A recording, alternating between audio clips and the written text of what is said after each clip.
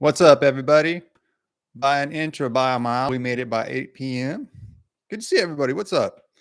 Got a lot of people in the chat already. Lots of chats. All right. Nick Sweeney.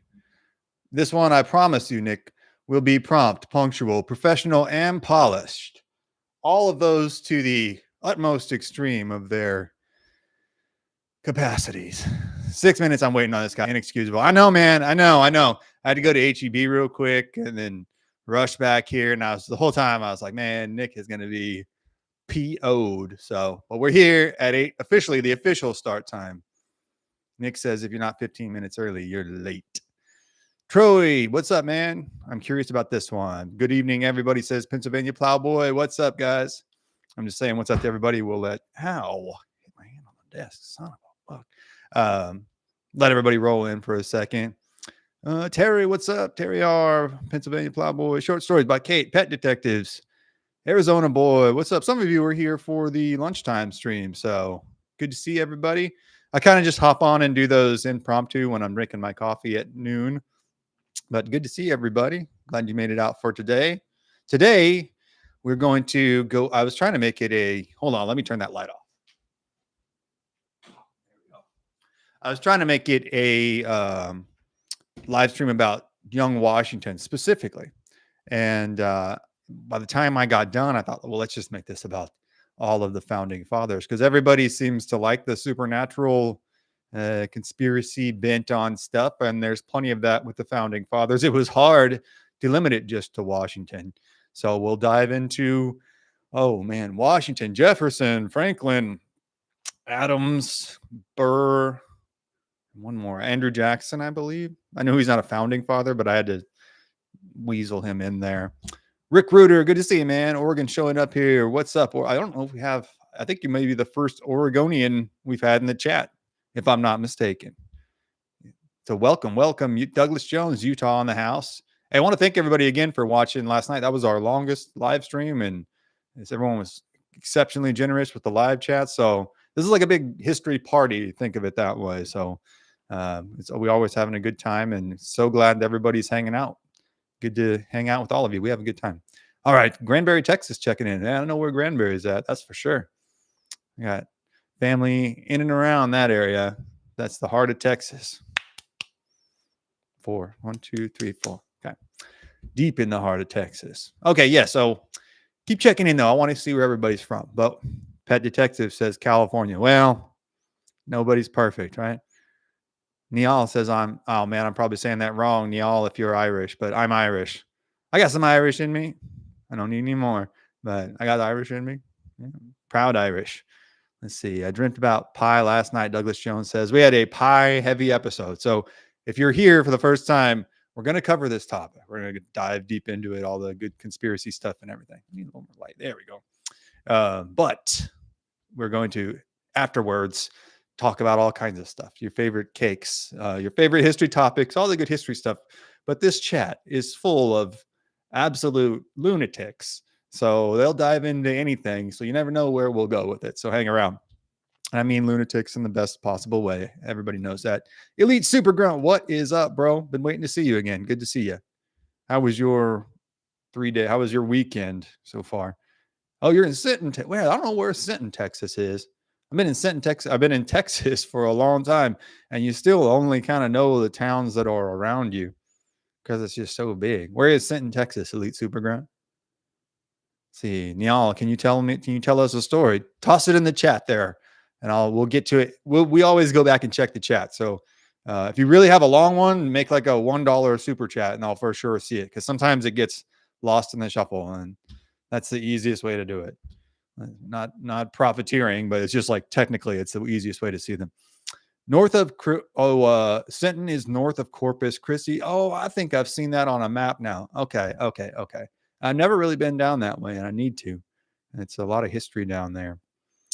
So back to the topic at hand. Keep jumping in the chat, though. I go back and check it all the time. So everybody keep hitting me up and let me know what you think about the crazy stuff I'm about to tell you about. It doesn't mean that I endorse all this crazy stuff, but I'm going to tell you about it. So it was hard to narrow it down to just Washington. We're going to go over several of the founding fathers. And a lot of it, I think we'll come to find, is rather apocryphal, let's say. But some of it is pretty interesting.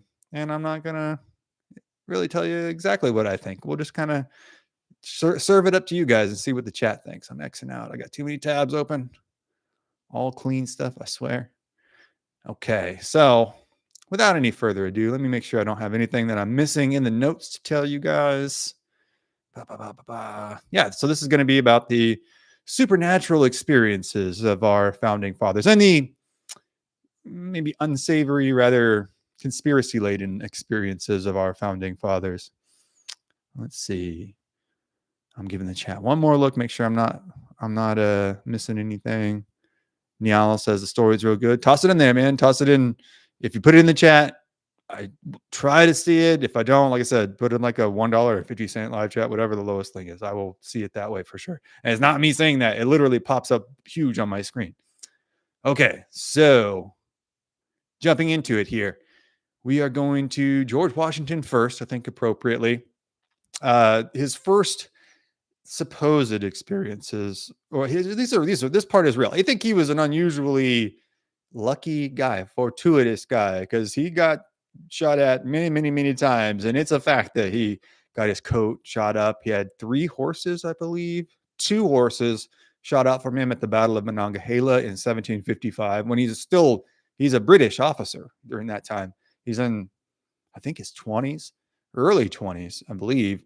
He had 4 bullet holes through his coat, and native warriors on the other side fighting with the French would say the Great Spirit protects him.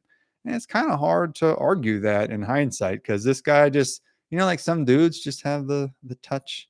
And it doesn't mean they're like awesome dudes, but like Michael Jordan had the touch, right? Like certain guys just kind of have it. Tiger Woods had it for a while, right? Anyways, lots of examples, but that's to say he's inarguably fortuitous, for sure. Inarguably a pretty lucky guy. But some of this stuff, as we start to go, becomes a little more unbelievable. There's supposedly a Shawnee prophecy about him, where Chief Red Hawk claimed that he had shot Washington repeatedly, like shot this guy, and he was just a 18th century Terminator. Or is it the Terminator? Who's the bad guy in the Terminator? Yeah, no, they keep shooting Arnold, right? They keep shooting Arnold in the Terminator, and he just marches forward. That's what he said happened. Probably didn't happen. A lot of this stuff, most of the really cool stories get retold 50-ish years later, and they're just, by the time they are written down, they've gone around the frontier so much that it's another game of telephone, right? Which I know they wouldn't know what that is, but it's a game of telephone where it goes from, it was he was shot 4 times and they went through his jacket, to I shot the guy 10 times and he just kept walking at me and he turned into a robot and flew into space or whatever, right?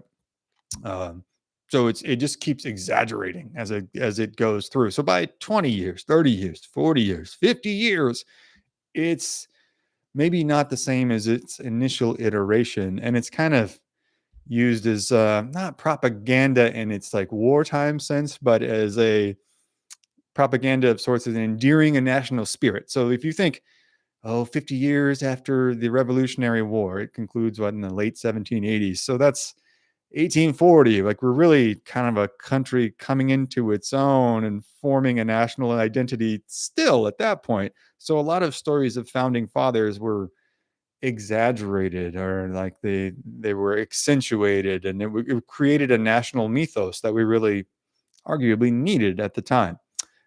His legend continued to grow after the 7 Years' War and fighting the French. He did have a lot of lucky breaks, like in the Young Washington episode that we just put up Sunday? I should know, but if you haven't watched it yet, go watch it. It's a really good one. It's not super long. It's a really good action-packed one.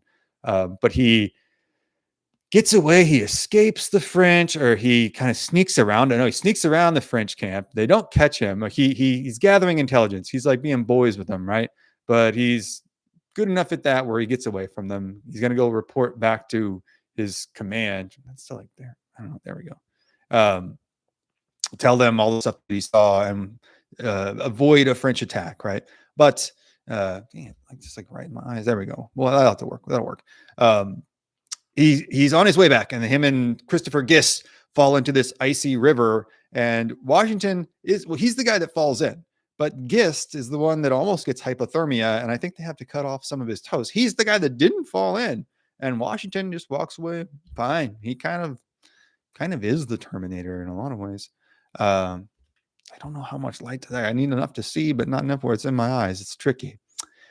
So then really all those things I think are like, yeah, that's cool. That could happen. Maybe it didn't happen. I'm sure he wasn't the Terminator, but mostly that's believable stuff.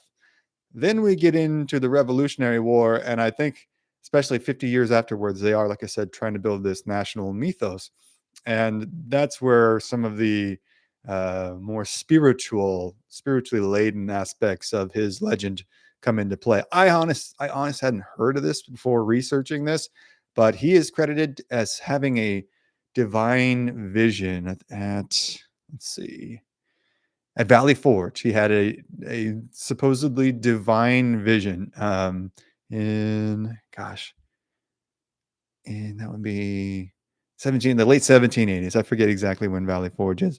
Right, I know, hell of a historian. But he sees this angel basically, tells him, "Hey, the Revolutionary War, it's in the bag. Like, don't worry about it. It's going to be a little rough for us, a goosh longer, but we got this in the bag.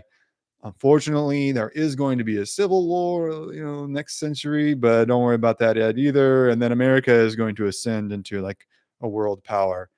Which is like, if that did happen, that would be a pretty prophetic thing to say. But there were absolutely no accounts of this until the late 1850s, right before the Civil War, when everyone knows you are going to have a civil war. For all intents and purposes, everyone kind of assumes it's going to be hard to get out of this situation without a civil war. So that's one of those that like seems to be a complete fabrication on all accounts. Oh, also though, it did profit that there would be a mysterious third great battle of America. And it wasn't really clear what that meant. So maybe it hasn't happened yet. I want to freak you out, just saying. Let's see. And people believe that because it happened during the Civil War era. So it was kind of like a Lady of Fatima of the antebellum nation. Like, it was a vision that really became more and more popular, and more people were, for lack of a better term, devotees of it. And it was taken as absolute truth by many people, but there's just no contemporary accounts of it. There's also, let's see. Oh, and also during the 7 Years' War, the French and Indian War, this could be true, right? He was believed to be bulletproof because of the Shawnee legend that started a couple of years earlier. He was believed to be this Terminator guy.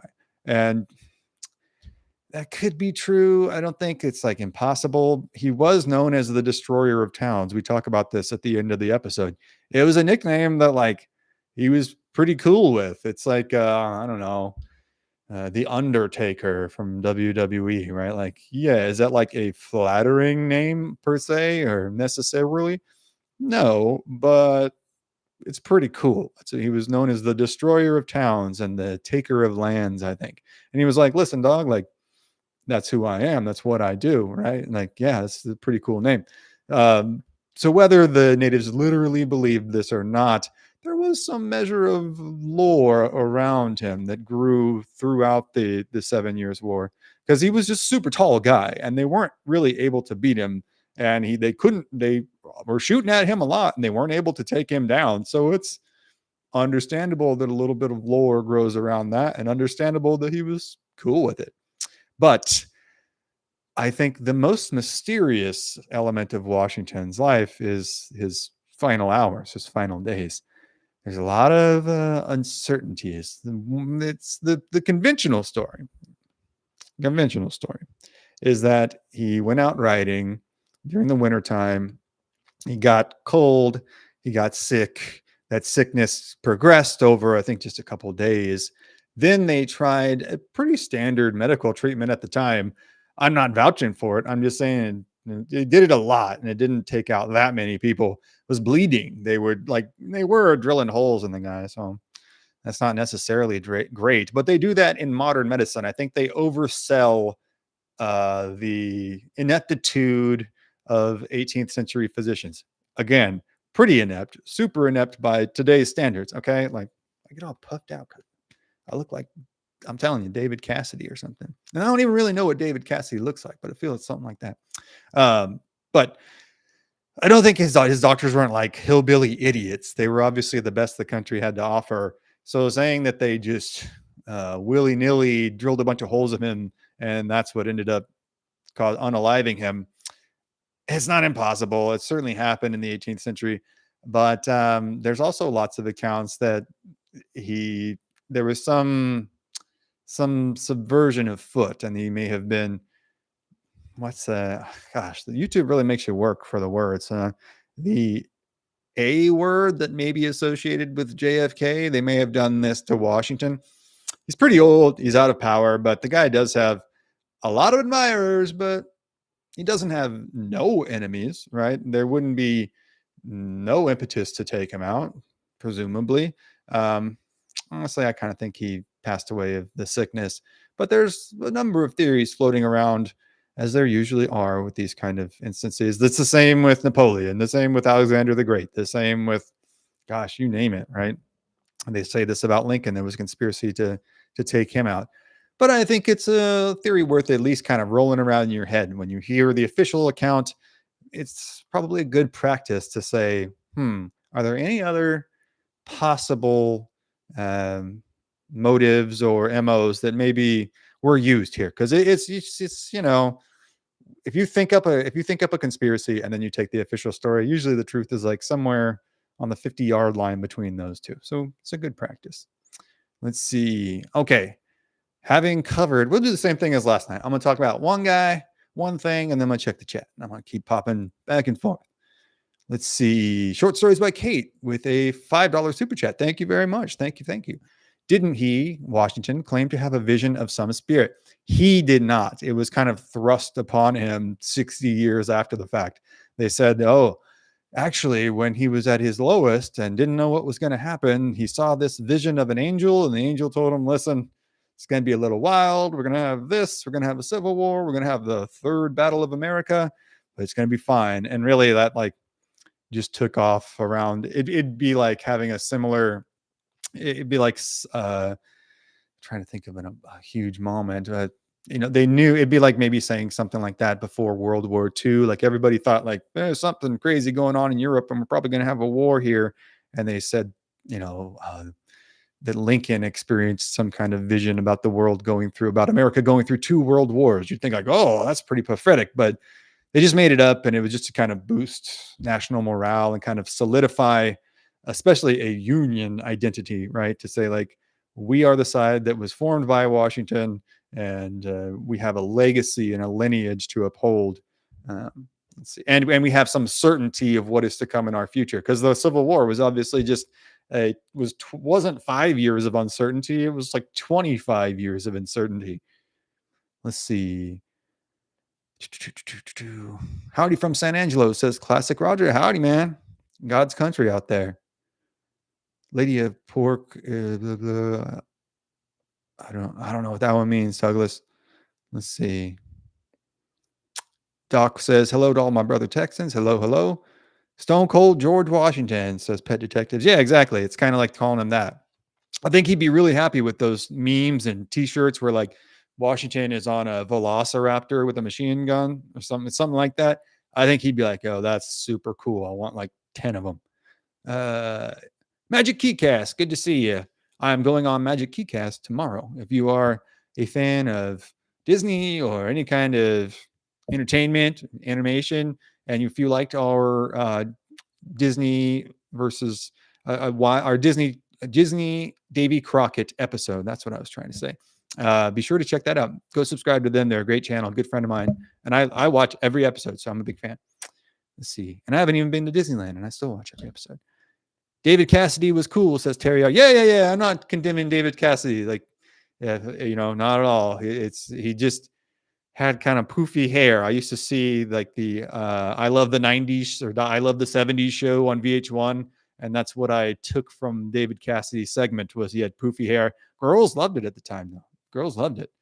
And it was like the Gibb brothers from the Bee Gees, super poofy hair. And like, man, not a dry seat in the house, huh? I don't know if I can say that. Let's see. Have y'all heard Shane Gillis bit about George Washington? Yeah, dude. I'm so glad Shane Gillis talks. If you haven't, go YouTube Shane Gillis history, because if you like these, you'll like Shane Gillis. Shane Gillis is much funnier. Not that I'm funny at all, but Shane Gillis is funny, and they do such a good job or very helpful in driving people to go listen to the actual history of these stories, because they're really funny the way they break stuff down, and like surprisingly accurate. They have him and I should know the other guy's name. I watch him all the time. But they have like an encyclopedic knowledge, a much more in-depth knowledge than you would expect from two comedians talking. Let's see. Terry R with a $5 super chat. Thank you very much. How old was Washington when he passed? I think he was in his 80s, so well into past much. I don't know, like that's a misconception, but old for the age, old for the time period. But everyone here probably knows this, but the notion that people only lived till like 35 in the 16th, 17th, 18th century is wildly misguided. That is an average age that's driven by the infant mortality rate. So many more infants were not making it, but people were generally living about as long as they do today in the area, right? But they weren't dying at 35. Let's see. Question everything, but believe facts, says Douglas Jones. That's what we're here for, brother. Let's see. Rick Ruder, he was the first to free his own slaves. Yes, that's kind of misunderstood in a way, though, but he left provisions in his will for, I think, most, if not all, to be freed. But he didn't do it while he was alive, to the best of my understanding. Oh, okay, yeah. Southern. We'll wrap up Douglas and I back and forth by saying Southerners love pork fat. They do, and I love pork fat. It's good stuff. Let's see. All right, I think we're at the end. So let's jump into our next big dog here. We have, I think, Thomas Jefferson. Scrolling down the list, we have Thomas Jefferson. All right, guys. This may rile some of you up. I think Thomas Jefferson's a very smart guy. I think he did a lot for our country. But sometimes I think he gets a little out over his skis, right? Super smart guy. But some stuff that he did, and just like he rewrote the whole Bible on his own and just took out what he didn't think needed. It's like, bro, just take 5 minutes and think about this, you know? But he's a lot of supernatural stuff in there. Jefferson had lots of sightings of strange lights at Monticello. If you don't know what Monticello is, it'd be like Mar-a-Lago. Like it's a whole entity unto itself. It was the Virginia homestead of Jefferson. If you look on the back of a nickel, you can see a engraving of it. It's still operating, or still open today. You can go tour it. It is an expansive, what would you say, opulent place. And Jefferson founded it, late-ish 1700s. So not long after he founded it and got everything in place, he started getting reports from workers of unexplained blue lights, like orbs that would float around and then disappear. Like there are written accounts from the time that this happened. This was the first that I'd heard of this in researching this. His own letters, like his personal letters to friends, mention a, quote, curious atmospheric phenomenon, and talks about these orbs that fly all over the place. So this is markedly different from Washington's accounts or some of the other things that we'll talk about. But this is like, no, he wrote about this himself. It does not behoove him to say that his expensive new house is like maybe getting attacked by aliens or something like that, right? That doesn't help the property value, not today and not then. So he has no other reason to put that in his letters other than kind of freaks him out. Also, several enslaved workers. There were hired workers and enslaved workers. I think that's kind of misunderstood. There were like contractors and gardeners and stuff, and then slaves that were like kept forced to live on the plantation, forced to live at Monticello. But they too had lots of accounts of seeing these blue lights, and then also just other supernatural, undefined supernatural, but kind of ghostly spirits, unquantifiable feelings, but no, that I found no like actual visual sightings of supernatural entities. But I mean, that's good enough, right? When we're talking about this stuff, if it creeps you out, we'll take it. We'll toss it we'll make a slide for it in our PowerPoint presentation. Jefferson also had a number of prophetic dreams. This is also in contemporary accounts. Oh, no. Sorry. This one didn't appear again until the mid 1800s. But what it did claim was that Jefferson pre-visioned the death of his wife, pre-visioned his election as president and other elections, along the way, and pre-visioned kind of, or not pre-visioned, just got premonitions. There we go. Of the Louisiana Purchase, all of which, all of these things did happen, but he leaves no account of being like, I really felt like my wife was going to check out next week. And then what do you know? She's gone. No accounts of that till the mid 1800s. Though he was regarded as like kind of weird and very intelligent, super intelligent. A popular saying amongst historians is that the smartest dinner, the smartest dinner ever held at the White House is when Jefferson dined alone. Something to be said for that. He's a super intelligent guy. No, sorry, I'm trying to stop doing that. My mouth just got super dry. Let's see. But he did legitimately believe in a lot of, it's hard to even say crazy stuff, because the things that he believed to be out on the American frontier really drove him to both finance and approve, be a driving force behind the formation of the Lewis and Clark expedition, because he was telling them, listen, we need to find out what's out there. We need to find the Pacific. I'm sure it's on the other side of this continent. We've got a good hunch. And also, I'm pretty sure you're going to run into like dinosaurs and woolly mammoths. So like, just plan for that. He believed there was a megalonyx, meaning like a giant American sloth out there, because they had found a giant American sloth bones. It's not that crazy. There had also been discoveries of woolly mammoths and stuff. So it wasn't crazy with never having been out there. And there's no photos, there's no nothing of the American plains. So he's thinking like, if there are woolly mammoths, it's very possible that they're just out on the American plains. So he tells them, listen, pack for woolly mammoths, if you will, right? You just expect to see them out there. He also thought, what else was out there?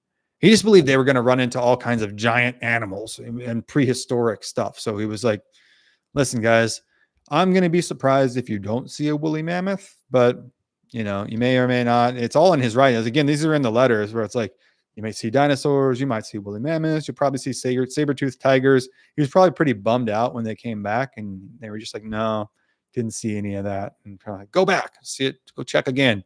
But he was pretty sure this stuff was out there.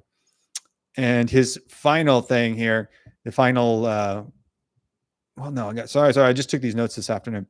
There are also rumors of bones, like inexplicable bones that aren't tied to any particular deceased person, being discovered at Monticello. And many, many visitors to the place, especially during the time he was alive, described it as being just a kind of creep fest, just like, man, like, this kind of sucks to be here. It's just kind of creepy, just creepy vibes, It's like, not from everybody, but a lot of people, enough to where like people notice the vibe's a little weird. All right. Is that everything I have for Jefferson? Oh yeah, there was one more myth that came about again 20 years or so after his political career. But it did circulate that Jefferson was able to like call in storms during his debates to accentuate his speeches. Like he could call in a lightning storm and say, and that's why my opponent, it sucks, and it would reverberate and just accentuate his point. And people were like, oh yeah, that's, I think obviously they're talking metaphorically, but by the 1830s, 40s, 50s, people were like, no, he was seriously calling in storms. He was a wild dude. He did not call in storms, but he was a wild dude. That's for sure.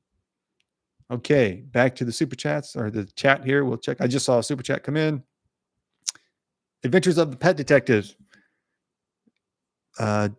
Jefferson pre-visioned the death of his wife, I think that's called premeditated. He didn't have anything to do with her ultimate demise, but that's a good catch there. You could be a lawyer. So you could be a lawyer on a Netflix show. Let's see. Oh, we got a lot going on in the chat here. Okay, I'm trying to get to everybody. Okay. Okay, I'm just trying to find where I'm at.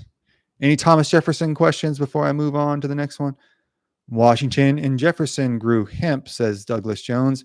Maybe they occasionally fired some up. Now, we don't have any proof of that. We do have proof of the extensive, what would you call it, wine collection and booze collection of Washington, and Jefferson had a pretty big one too.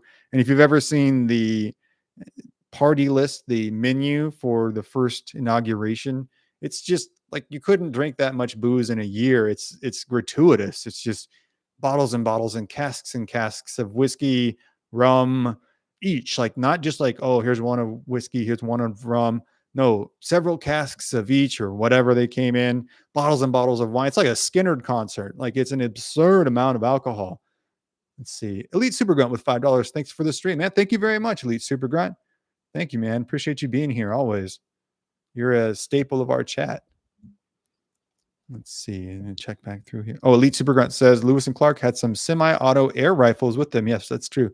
The government wanted to equip the military with them, but it was too expensive. But they were legitimate air rifles. Yeah. Let's see. But yes, if you've ever seen the, what would you call it again? A menu for the first inauguration for Jackson's inauguration. It was nuts. It just even more than that. And then somebody gave them a giant wheel of cheese. So they had drunk, hungover dudes. All of Jackson's boys were just partying on the front lawn of the White House for weeks. It drug out through the summer, or drug out through the spring into the summer. And while all this is happening, there's a 1,400-pound wheel of cheese that some dude, I think in Pennsylvania, made for him.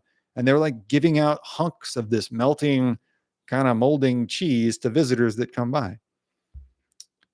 Julie Nelson, great info. I had no idea about this stuff. They didn't teach about this in school. That's what we're trying to bridge the gap. Thank you very much. $20 super chat. Very kind of you. Thank you. I'm blown away by people's generosity doing this because we're just hanging out, having fun. But there's lots of stuff to cover. And like I've said before, it doesn't all fit into an episode. So I'm glad we found a way to fit it in here.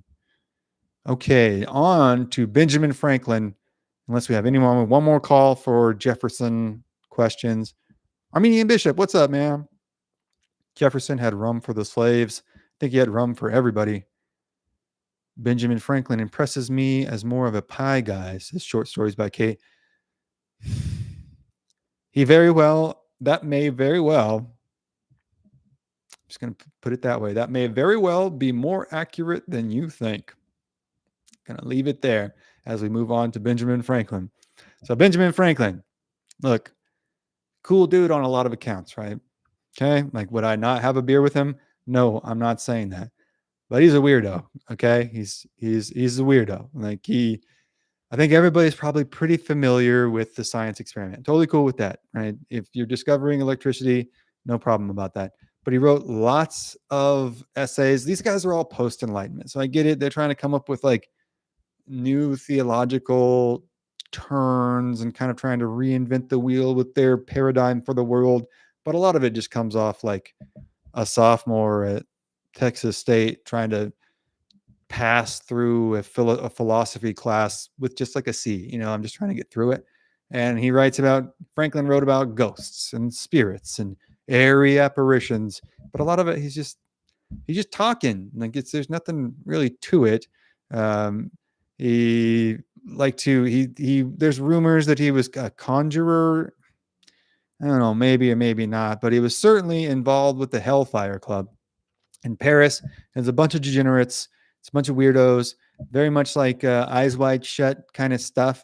And they'll say, oh, no, he wasn't involved with it. He was just like hanging out with the guys that were super involved with it. And it's like, all right, we don't buy that now. And we didn't buy that then. Okay. Like he was involved with it to at least some degree. You can go Google pictures of the Hellfire Club. Don't do it around kids, and don't say that I sent you there. Okay. When they put you on a watch list, but he was doing something there, right? Like it's hanging around. There's too much smoke for there not to be any fire. Um, he's also rumored to be involved in seances. That's really more of a 19th century thing. It's not impossible, but it's really that again comes in the mid 19th century. I think because the seance, the medium craze was going on then. Mary Lincoln, a devotee of seances, Mary Winchester, the proprietor of the Winchester House in San Jose, built the house because a medium told her to. So that was a craze, and they were trying to retroactively justify people being into that stuff because, well, if Ben Franklin did it, it can't be bad, right? He's our national hero. And there was a bunch of other people from, I think, Julius Caesar, Alexander, a bunch of guys where they were like, they were into mediums. And like, maybe they were, but, they're dead now. Like, how'd it work out for them? Not that well, right? Let's see. Especially if you know about either of those guys certainly didn't have a good medium or they wouldn't have died like that. I think maybe somebody would have told Caesar about the Ides of March, but I guess she was busy that day. Let's see. Okay. So whether you think the hellfire stuff is true or not, that's fine. It's up for interpretation, right? That's totally fine. But what's not up for interpretation is they did find the bones of 15 bodies, including those of children, underneath Ben Franklin's home in London after a 1998 excavation. That's a lot of bones. There's a lot of bodies. I don't know about you, but I have a hard zero for bodies under any place I've ever lived, and I'm continuing to plan on having that. And I think anyone with even a one is a little suspect, but when you have 15, that's very, very, very odd. There is a mainstream normie explanation for this. So let's go through that first. Supposedly, because of the dark arts perception of medicine at the time, basically the inability to procure cadavers to do, medical research on, which is legit, right? But because that was such a taboo thing at the time, people had to do it underground. And so Franklin was a science true believer, right? Wanted to further research of all kinds. So he procured or was part of the procurement of these cadavers, which you would need men, women, and children for to conduct accurate research. And then the leftovers got stowed at his place. It was turned into, oh yeah, then that's got this all written down. That's kind of this giant misunderstanding is what has caused the degeneration of Franklin's reputation. And now all the poorly misinformed masses believe he was involved in something as nefarious as, I don't know, I don't even know what, but something nefarious enough for there to be 15 people under your house. That's actually wildly misunderstood. He just was helping with medical research. Okay, so the guy just had 15 bodies in his house because he's helping with medical research. Okay, all right, let's let that sit for a second. But didn't John Wayne Gacy pretty much say the same thing? Didn't he have some reason why? I got a bunch of people underneath the old house here, but give me a second before you jump to conclusions, which is like, that's exactly what someone who's guilty would say. And someone who's guilty would also have 15 bodies under their house. So I find it very hard to extend too much charity to Franklin on that. All right. So in summation, super weird guy. I don't think I want to hang out with him. I'm glad he was on our team. He did a lot of important stuff, but 15 bodies. That's a lot. That's like 30 feet. That's like 30 arms. That's a lot. Okay. Let's check the chat for people very angry about what I just said about Ben Franklin. Okay. Oh, there's a lot of chats in here. Okay, got that one. I got to check where I'm at. Pet Detective says or asks, was rum cheap to make? Yeah, that's why they had so many sugar plantations in the Caribbean. It's essentially made from the sugar plant, and as is molasses. Both those things, rum and molasses, were indispensable in colonial America. Thomas Jefferson invented many things. Yeah, he was a super smart guy, a really bright, ingenious guy. Automatic doors and the sundial. Did he invent the automatic doors? He didn't invent the sundial. Are you joshing me, Armenian bishop? He was a smart guy, though. I'm not trying to not give the guy his flowers. Weren't there a bunch of bodies found? Oh, you jumped ahead of me, Arizona boy. Yes, there were. In fact, by a bunch, I mean 15. More than an entire starting lineup in football. Enough to have you could have four backup quarterbacks and still have enough people to field that. But it's totally not weird. It's all medical research. Franklin loved the ladies, and apparently they loved him back. Yeah, sometimes. I don't know if all the time, but yes. Franklin was friends with Voltaire. Was he? I didn't know that. Elite Super Grunt says, I don't do drugs. I just hang out with people who do them. That's kind of what he's saying. Let's see. Adventures of the Pet Detectives, which this is a funny comment coming from a channel called Adventures of the Pet Detectives. I'm just pointing that out. But it says, it doesn't make sense to bury them under his house if he was innocent. True. Yeah, it doesn't. And I mean, like you might say, well, it doesn't make sense to bury him under his house if he's guilty. Fair, but like, why are they there? Why are we having to have this conversation? The fact that we haven't had this conversation at all, I think we can be forgiven for saying like, this guy's a little weird. Let's see. Yeah, sundials. I know Doc Wills. I know that. It took me. I thought, well, maybe he had some kind of like pulley system with automatic doors. So I had to, you know what I mean? I trusted you not to mislead me, but your sarcasm has done me in. Let's see. Nate Orr. What's up, Nate? Good to see you again.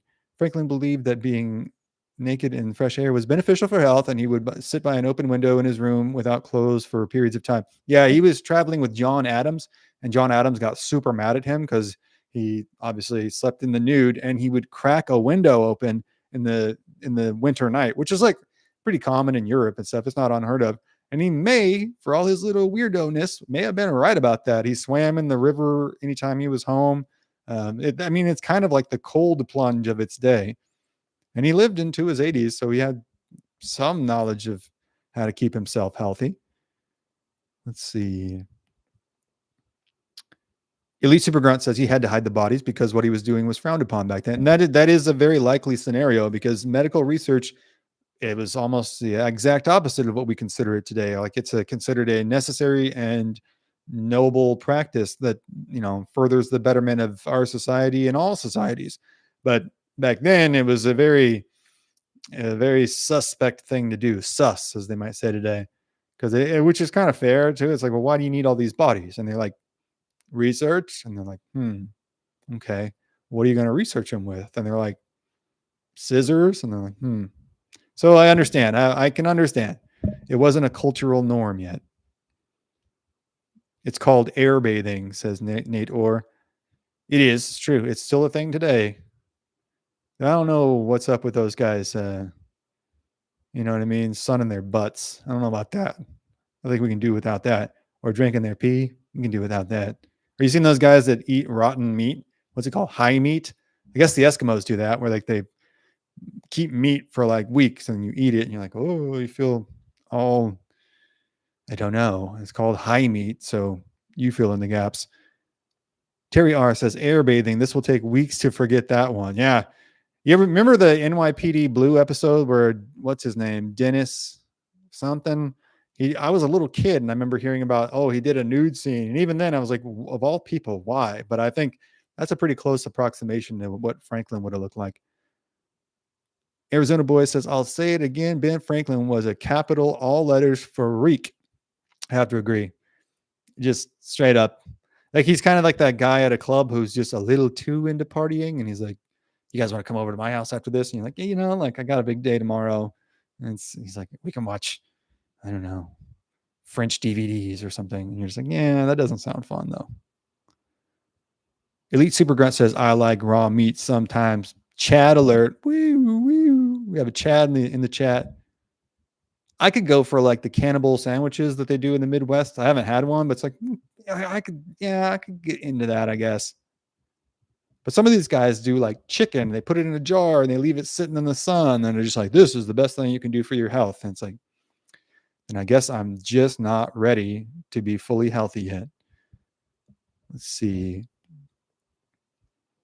Armenian Bishop says, I'm playing internet chess right now.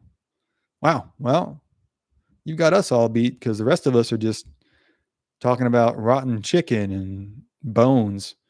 Let's see. Comic Dog says, it only takes one bite to make you a cannibal. There's no going back. Yeah, you go watch our Wendigo. It's a Skinwalker episode, but it talks about the Wendigo who in a lot of Native American lore, and yes, Native Americans are not a monolith, but especially in Northeastern and Canadian tribal lore, that was kind of what a Wendigo was somebody who was forced into or chose to partake in cannibalism. And it's like, yeah, you never come back. Let's see. Yeah, Elite Super Grunt says I would do beef and fish raw. I'm with that. I'm not doing chicken raw, not doing pork raw. That's a thing. Pork sashimi is a thing in Japan. It's like, listen, you guys have a real nice society here, but I can think of some things in 45 that didn't work out so well. So nobody's perfect. Okay, on to Alexander Hamilton.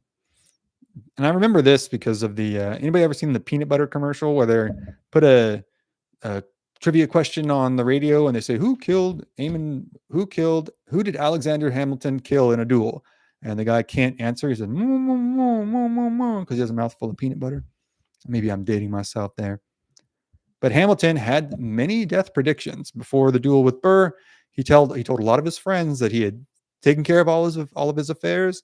He was good. He wrote a farewell letter to his wife. He told his minister, his like personal minister, that he expected to check out soon. He had been followed for a long time, supposedly. This is one that kind of comes up in the 19th century as well. But he'd been followed for a long time by a dream of a shadow, kind of like, it sounds like a Slender Man kind of thing, like kind of a sleep paralysis thing that followed him, like a very shadowy figure that he could never define and never predict when it was going to come back. But it seemed like that haunted him for a while. And there's lots of reports from the 19th century on of people walking around the grounds at Weehawken where they had the duel and reporting seeing Hamilton's ghost walking the cliffs. So weird enough, not the weirdest guy, but weird enough. Any Hamilton fans? Aaron Burr. Yeah, Aaron Burr. Did I mix that up, by the way? No, Hamilton shot Burr. Yeah, Hamilton shot. I thought Hamilton shot Burr. Did Burr shoot Hamilton? I got a lot of history running through my head sometimes. I mix it up. Yeah, okay. Magic Keycast knows what I'm talking about. Let's see. Armenian Bishop says he went to a website to find out Burr shot Hamilton. Okay, yeah, I guess I'm misremembering the commercial. That commercial was my only actual knowledge of the event. So, okay. Burr shot Hamilton. Who shot Hamilton? So that was the question in the commercial. Okay, got it. All right. So we're going to go on now to early American battlefield stories. There's ghosts at Bunker Hill, supposedly. It's like Gettysburg, where people that go visit say, no. Saw some ghostly soldiers, heard some marching and some cannon shots at night. They must have been very muted cannon shots, so you'd think other people would hear them. But if there's any place that's haunted in America, it's probably our battlefields. There is the Drummer Boy of Yorktown. It's pretty much what it sounds like. Some little like creepy or whatever way off in the distance. It's probably coming from low to the ground because it sounds like a drummer boy, which is like, why did we knew using boys wasn't a great job back then. Why did we make them be drummers? I don't know. Not the best call. There's also a spirit rider of the revolution who was seen at several camps, supposedly during the revolution. They would see like a ghostly rider and he would disappear. And like there are one or two contemporary accounts of this, but it again became widely popular in the 19th century. A lot of the 19th century is like just trying to sell books. It's like tabloids. Like they're just trying to move product. All right. A couple other extra ones. There is the Bell Witch and Andrew Jackson, especially. He was supposedly visited by the Bell Witch a couple times. Who's a creepy Southern legend. Legend says Jackson's horses refused to ride. When they would see her, the horses would stop and they refused to go any further. So it was supposedly a thing that other people witnessed. but I don't really have any accounts of it that I could find until 50 years after the fact.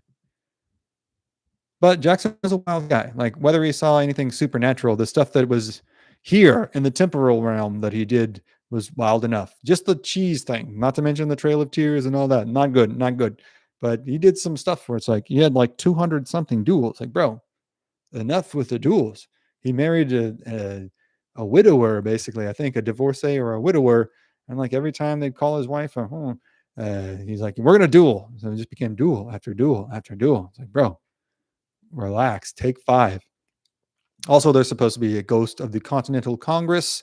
It's a supposedly, if there's anybody from Philadelphia here, let me know if that's a well-known Philadelphia thing. But it says when I'm in my research that that's a part of popular Philadelphia lore. And I think that is everything for our founding fathers. Okay, I think it is. But if it's not, let me know in the comments if you have anything that I'm forgetting. I'm going to go to the chat again. Has anybody seen that commercial? Did I leave anything out? Did I get anything wrong? Did I offend you in any way? Let's see. Am I slaying any sacred cows tonight? Okay, I'm searching through the chat to find my place again. Hamilton was brilliant, but a real abrasive person, says Stories by Kate. No wonder he got into a duel. Yeah, these guys, at least back in the day, there weren't necessary. There was letter writing warriors, but it was harder to be a keyboard warrior. Somebody was going to hold you to account pretty quickly. And it could be over like pretty minor affronts to honor, too. Let's see. Yorktown was besieged in the Civil War, too. True. Yeah. There just seems to be, yeah, if you got a battlefield here, I'm pretty sure it's haunted, which has always kind of piqued my curiosity about visiting Passchendaele, the Somme, et al., right? All of these places, because it's like, I don't have any local accounts of the area, but it seems like if there's anything that's going to be haunted, it's a World War I battlefield. Magic Keycast says, so tons of cheese and booze. They were all drunk and all backed up. No wonder history is crazy. That's pretty much right. And it went on. It wasn't like, oh, a wild weekend. It was months and months and months. And they couldn't just trash the cheese because they were like, the farmer is going to be, it's going to be a whole thing. It's going to get to the press. We don't need this trip. It was like a bad PR move. So they're like, it's better to let the whole place smell like rotting cheese. Space Cowboy, what's up, man? Did you just get here? I saw you this afternoon. I know that commercial. It's Got Milk commercial. It is. It's a Got Milk commercial because if the guy hadn't run out of milk, he would have been able to clear his throat and speak. But unfortunately for him, he didn't. And I'm assuming now he's dead. Benjamin Franklin. One account describes Franklin communicating in a seance with John Quincy Adams, detailing a defecated electricity machine in heaven. That's what I mean. You guys are a bunch of weirdos. Like, why don't we talk about whatever else there is to talk about? Can't you talk about horses or, I don't know, books or whatever? But they always have these weird conversations. I'm glad that those eventually morphed into founding our country. But like, man, it's just strange. They're kind of like Reddit dudes. Like they just live in their minds. I'm a descendant of Christopher Gist and General Mordecai Gist of the old line of the Revolutionary War. There's been so many people that have popped in and been descendants of people that fought in the Revolutionary War or our founding fathers. That's amazing. I don't even know how to trace my lineage back that far. We should be proud. There are more ghost activity around Gettysburg that's not related to the battle than the battle. Pennsylvania Plowboy, what does that mean? There's more ghosts around Gettysburg that aren't related to the battle? Terry R with $2 super chat. Thank you very much. Thank you. $200 200 duels for Action Jackson. Yeah, around there. I think it's somewhere in there. It's way more than you should have. If someone had 200 street fights, and these are maybe not always mortal, but they are always very, very, very dangerous. And to have more than 10 is like, bro, you gotta chill out. Classic Roger. Bush Sr. refused a truckload of broccoli. Did he really? I didn't know that. He should have refused the pretzel. Let's see. Who is your favorite founding father, too? I want to see who the most popular guy in the chat is.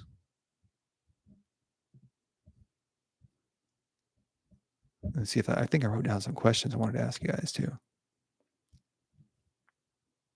Yeah, and I kind of ask you every time. Does anybody have any supernatural? Has anyone been to any of these battlefields and seen ghosts themselves? Pennsylvania Plowboy, let me know what you got here. Oh, here we go. Yeah, one of the ones I have been around have not been related to the battle, but most of the ones they say are just for tourism. Yeah, that makes sense. But you can confirm there's a lot of supernatural activity in the area, huh? Brian 988 says, any stories on the Oxbow in Western Montana? I know what you're talking about. I don't have anything right now, but I'll put something in the pipeline. I was just reading something about the Oxbow yesterday. Now it's fleeting my mind. But yes, we can put that in the pipeline for sure. We need more Montana stories. That's Montana, Idaho, Wyoming. We've covered some, but not as much as I would like to. Terry R says Washington. Oh, Washington is your favorite. Arizona, Washington for sure. I mean, for what it's worth, I agree. Washington's my boy. There is a lot of lore surrounding his involvement in the Freemasons because he's wearing the Freemason apron in the painting. I think he was the one that insisted on a Freemason cornerstone to the Capitol. He's pretty heavily involved with them. But man, I'm not a fan of the Freemasons, but I don't know how much he was involved with them. I think it was a lot more like a social club at that time. But there are also a lot of theories that Washington D.C. specifically is laid out in geometric lines that are familiar and meaningful specifically to Masons. Yeah, he was a 30. Yeah, it's true. I don't know if that means he was a 33rd degree Mason. True, right? Honestly, I hate it. I don't like that he was. I'm trying to be charitable and saying, like, I don't think that means then what it does today. But yeah, it sucks, man. It sucks that he was a 33rd degree Mason. Dr. Benjamin Rush is my favorite founding father. A good choice. Let's see. Washington is the GOAT, says Pet Detectives. Yeah, I'd have to agree with that. Armenian Bishop says he was a 33rd degree Mason. He was. That is definitely unfortunate. There's stuff that doesn't make sense. And Pennsylvania Plowboy says that he's experienced stuff that doesn't make sense regarding the ghosts. And if you have been when I was young, I can't explain them, but my family has been there for a long time before the Civil War started. It is a long time.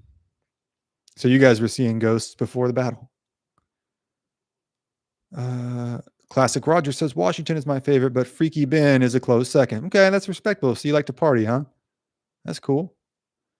How about Lincoln? Is he a weirdo? We'll have to cover that in another chat. Okay. All right. But I mean, I don't think we have a president that wasn't a weirdo. I'm trying to think here. I don't know. No, that's not trying to offend anyone, but I don't know. Just off the top of my head, I can't think of one. I don't know if it's so much that Lincoln went through a lot. Okay. Like Lincoln and his wife and his family went through a lot. So I think it's important to keep that in mind. They lost a child while in the White House. So it's to properly contextualize that and be properly charitable to him. But yeah, I don't know, man. How do you even get to be president without being a weirdo? Nate Orr. Yeah, say Nate Orr. Exactly. You would have to have a screw loose to do that job. Right. Let's see. Douglas, where are we at here? My brother and I heard drums one night at the Bear River massacre site. We bailed. Bro, it's the only move. That's the only move. You didn't even have to be at a massacre site. You hear drums, you bail. But if you're at a massacre site, which we should examine the choices that brought us there. That's kind of why we had the show. So you don't have to go to the massacre site. You can enjoy it from your comfort of your home and just say, that's a crazy place. But yes, if you're going to go out there and you hear drums, it's bail time. We got to bail. Classic Roger says, no partying, just rebellious. But rebellion is its own form of party, right? In my opinion. Brian M says Teddy Roosevelt lost both his sons, I think, too. I know he lost one. He may have lost two. He lost his wife and mother in the same day. And it says in his journal, the light of my life has gone out with a big X in it. It's really, if brevity is the soul of wit, maybe it's the soul of desperation too, because it's such a sad thing to read. Big X. And sorry, this stupid watch. This big X and it says the light has gone out of my life. It's really sad. But then he lost Kermit, yes, in World War One, and I think that, by all accounts, just broke him. Okay, let me see. Am I missing anything else? Anyone else here? Have you talked about John C. Fremont before? Magic Keycast asks. Yes, we've got a couple episodes on him on the Pathfinder, usually in conjunction with Kit Carson. Another guy who's like, I don't know if weirdo is the right word, but almost, oh man, I hate to say like sociopathic or psychotic. Like that's a little intense, but he did some wild stuff out there. He ordered Carson to shoot these three guys. He was a man on a mission for sure, and maybe such a fervent nationalist and so involved in his own legacy that he was down to do some wild stuff. He wasn't going to let anyone get in his way. And I don't think his legacy would be what it is without Kit Carson, but I mean, he's got a hell of a legacy, especially in California. There would likely be no California the way that we know it today without John C. Fremont. Wasn't there a battle in England that the dead fought every night? They finally buried all the bodies. If you're talking in World War One, there was a lot of accounts of, like, we've talked about this briefly, but essentially feral soldiers that were living in no man's land, and they would kind of come attack their own side. They would raid their own trenches for food and then retreat to no man's land because they didn't want to keep fighting in the war. They wanted to kind of hide in the middle. But there's accounts of them living in basically like dugout caves, and the soldiers on both sides could hear them scurrying around no man's land, but they didn't really know what they were or who they were. So it was kind of a mystery, I think, until they found one guy. And like, obviously his eyes are all bugged out. He's super, he looks like a feral human today would look, just like a Bigfoot almost, just covered in mud and all bugged out. So pretty freaky. Didn't Lincoln lose a child before and another when he was, I think that is correct. Yes. So he and his wife are just in deep grieving and then handling a civil war. And I think maybe people are a little too harsh on them for the seances and mediums that Mary Todd Lincoln became so involved with. Because I think, like, look, is that stuff good to do? Not in my opinion, but she was just a woman awash in grief. So people do whatever they think they have to. Pennsylvania Plowboy says, no, what he was talking about is from the 1600s. I believe the king actually did an inquiry and his guys saw it. Okay. If you don't even have to dig that far into the records, and they're just like, oh yeah, we saw all kinds of crazy stuff. It took me like 5 minutes to find the blue lights of Monticello. How I haven't heard of that before, I don't know, but I hadn't. They named an entire native culture after Fremont. Did they? I didn't know about that. What culture? Does anyone have any of their own personal ghost accounts seeing any of these battlefields, or just in your normal life? Let me know. Are any of you Freemasons? Be honest. Am I misunderstanding something about the Masons? I'm sure they're going to come get me now, but what are you going to do? Let's see. Just cruising through the chat, make sure I didn't see anybody. Thank you all again for all your super chats. And that kind of runs the show. It's really what makes me able to do this. So thank you very much. I like the story about Harry Houdini discrediting a spiritualist during a seance. He was very, very anti the whole spiritualist movement. And there are some rumors that he was taken out, because it is kind of a shady story behind, like, oh, this college kid just came in and didn't give him warning before he hit him in the stomach. So that caught him off guard and it caused him internal injuries. And that's what killed him. It's like, really not impossible, but seems like a bit of a stretch for a professional magician who was in super good shape and very used to taking those kinds of blows. I don't know, little fishy. $5 super chat from Stories by Kate. Didn't Robert Todd Lincoln have to have his mother committed eventually. I believe so. And I believe that was a really tragic tale. I think you lose two sons and your husband who right next to you. That's going to really do a number on your psyche.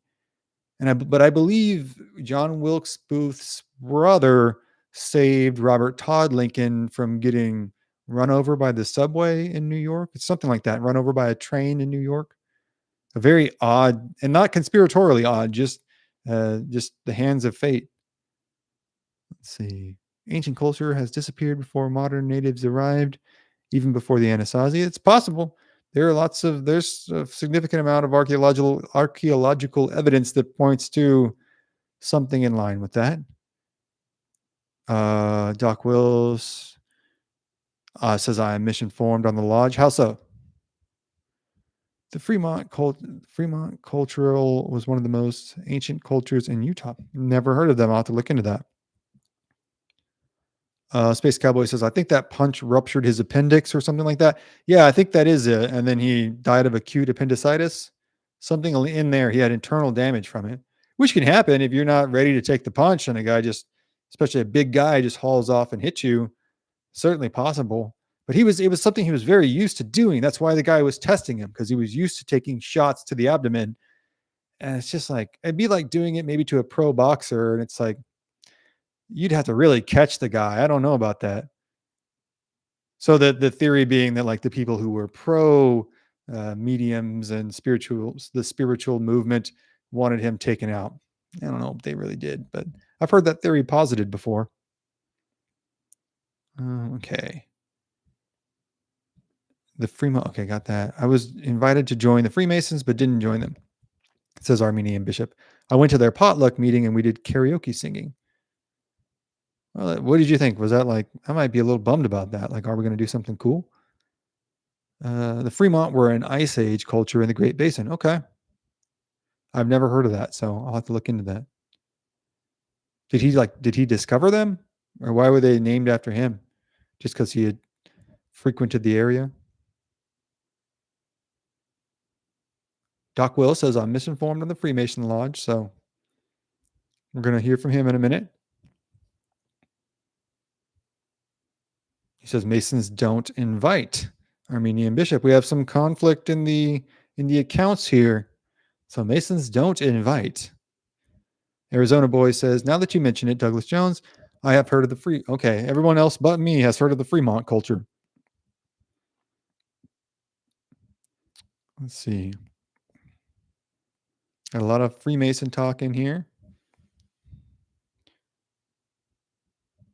Has anyone heard of these stories have you heard of the lights of Monticello or Washington's supposed vision? Magic Keycast says, I will go back and listen to the episodes you were talking about. Yeah, I think it's a surprising amount of episodes that we've been able to kind of shoehorn this stuff into, but I think people aren't aware of how many episodes we have. So scroll through the back catalog, see what you guys like. And upcoming this week, we'll have at least one episode, possibly two coming out, a couple more live streams. So a lot coming up, a lot stuffed in the pipeline. Let's see. I think a good show would be about the deaths and the final fates of the founding fathers. Yeah, that's rather macabre, but that's a good idea. Paul Harvey has a bit on the fate of the signers of the Declaration of Independence. Does he really? Okay. I'm a huge Paul Harvey fan. He's another inspiration of mine. I grew up listening to him. And that's the rest of the story. Oh, what did you think about that email I sent you? Yeah, I didn't get the one after we just talked like an hour ago. Maybe I should check that. I don't have my phone on me. But Arizona Boy is a direct descendant. Oh, man, I've read so much stuff. You're a direct descendant of George Washington. Is that right? You're going to send me some more stuff on it too, right? Doc Will says, Paul Harvey's series is really good. Yeah, he is an American institution. Truly talented storyteller. Carson and Fremont discovered the ancient petroglyphs, and Fremont got the credit because nobody knew what to name them. A lot of stuff ended up that way. They even named an island in the Great Salt Lake. I didn't know that. Named it Fremont Island. Because of the artifacts they found there. That's news to me. I did not know that. Armenian bishop explaining his foray into the Freemason world. Doc Will says, what is the email? It is history@theokcorral@gmail.com. And really, anyone else in the chat, if you have any supernatural experiences, everybody likes that on the live chat. So if you have any supernatural suggestions, conspiracy suggestions related to history or Old West history, let me know because I'm combing the internet for them. There's more than you would think. Oh, I don't have my, did you send, is it the one you just sent? I don't have my phone on me. Because I talked to you like an hour ago, right? Okay. Okay. I'm looking in the, okay. There's a follow up. Let's see, guys. Let me see. So, Arizona boy's grandfather, great grandfather he lived from 1720 to 1774. He was born in Ulster, Ireland, came over here in 1750. Oh man, there's a lot of this. I'm going to come back to next. We'll do another one on the founding fathers because I don't want to not do this justice. You did a really good job here. But yes. Okay. We'll come back and let me do like a whole deal on this. Cause man, you really did your due diligence here. Is that cool with you, Arizona boy? I'm going to come back and hit this hard in the, I got to like reach over. I thought my phone was out of arm's reach, but I made it work. No, John Nickel, who served with George Washington. Yeah, there's just so much in the email. I don't know if I can like do it justice live. I'd be kind of like reading it. Charles Osgood is another commentator like Paul Harvey. I don't know him. Okay, Dockwell, I got you the email address. Are there any colonial conspiracies I'm leaving out? And what do you guys think about Washington's death now that we're talking about that? Was he taken out or was it natural?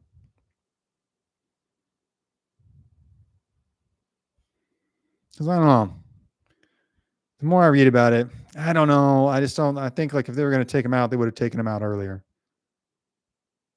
The only way to become a Mason is to ask to join the lodge, says Dockwell.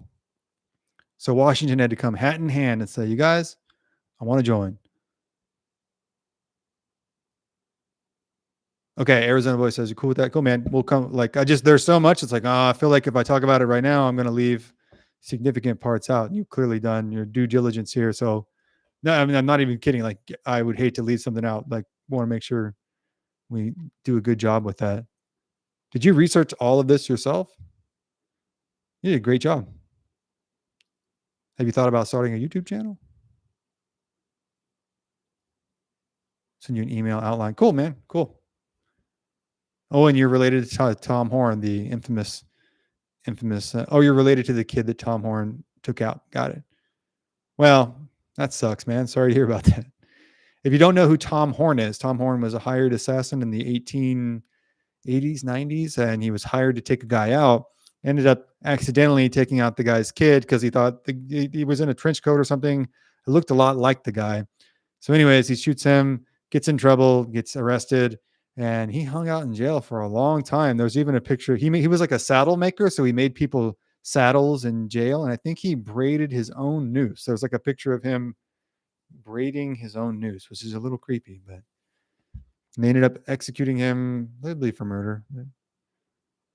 Kind of a weird situation, though. It was all so civilized in a way. He was like, yeah, well, I know you got to hang me, but, this is the way it is.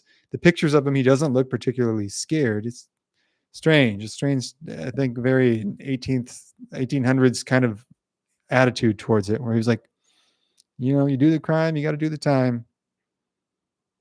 Let's see. Arizona boy says, I did all the research. Good, man. You got a talent for that. You should think about making a history channel. Most of it is the writing. Oh, you said you can't do it justice the way I do. Yeah, almost anyway. You could do it. I'm just a guy talking. And some people like it, and some people, they do not like it. But we carry on. Let's see. So I wanted to do this one because I just did the Young Washington episode. So this is kind of like drive you back to that one. If you haven't watched it, watch it. I think it's a really, like I said, action-packed one. Our next one is going to be the greatest battles of the Marines. And what I want to try doing is just doing a live Q&A right after we launch an episode. So after this one, like I said, it should be up for members tomorrow. If you haven't become a member yet, you can click on the join button and you'll get early access to our episodes, early access to streams. I'm going to add a weekly live stream, something we'll poll you guys, see what you want. And then also, I talked about this yesterday, but we might kind of shift that more into Patreon, and we'll just make it as affordable as we can. But that way we can do live streams and episodes where I can say all the words that I can't say on YouTube. And there's so many things that the Comanche and specifically did, but lots of things that happened in American history that to understand the totality and the depth of what happened, I have to be able to say some of these bad words that rhyme with like and grape and I don't know, lang grape and other things, which are unfortunate instances, but to actually get the point across, I have to be able to say them, and I can't say them on YouTube. So it would be a lot more helpful to do them on another platform. Let's see. So yeah, that's something we're going to try to figure out how to get the most intense ones across that YouTube won't allow, like History at the OK Corral Uncensored or something like that. But yeah, I thought like, let's do a Q&A right after the episode. So if you guys watch the episode and you have a particular question that's fresh in your mind right there, or something you want elaborated on, we can do it right then and there. So the next episode, we'll have a 30-minute, 60-minute live stream, however long you guys want to go. Doc Will says, those rules are stupid. Yeah, man, I'm not a fan. I'm glad that we can all come hang out. I'm glad that everybody has a good time. I have a good time, but it would be a lot more edifying if I was actually able to say what happened, because you have to really think on the fly on how to censor as you're talking. And there's a whole TikTok and YouTube lexicon of like using words like grape, using terms like SA, et cetera, et cetera. And if you listen to live streams long enough, it just becomes part of the common parlance, but it is an annoying way to talk and not the best way to teach history or discuss history, because we're all adults here, and it's important for us to understand the totality of the events that we're talking about. Let's see. Kami says Space Cowboy. Let's see. I'm not saying yes. I'm not saying no, but you know what I mean? 1984 is alive and well. Yeah, I'm telling you guys. So I'm trying to think of like something that's super accessible for everybody. Like whatever the lowest, like I think we can do it for $1 a month, and we'll just, do live streams, especially for Patreon. Cause like, the stuff that I can't talk about on here, I could talk about there. So keep that in mind if it's something that you would be interested in. It's a pain in the butt. I can say butt on YouTube. But yeah, keep watching because we got tons of stuff coming up. November, December is always our super busy season. So lots of new episodes, compilations, tons of live streams. I got a bunch of ideas for them. But if you have one that you want to see me do, email it to historyattheokcorral@gmail.com, because I check those pretty frequently. Like you can see with Arizona Boy, I check it just about every day. I'm the only person doing that, so sometimes it's tough. But and then, oh yeah, I wanted to let me run a poll real quick. We are going to run a poll on, I believe it's this one. I'm going to do 3 movie options. Let's do, for our next movie night, we're going to do Dances with Wolves. Dances. Oh, you guys, I can't type right now. Dances with Wolves. We're going to do, throw me some other ones to toss in the chat, you guys. Hostiles. And I need kind of an offbeat one. I'm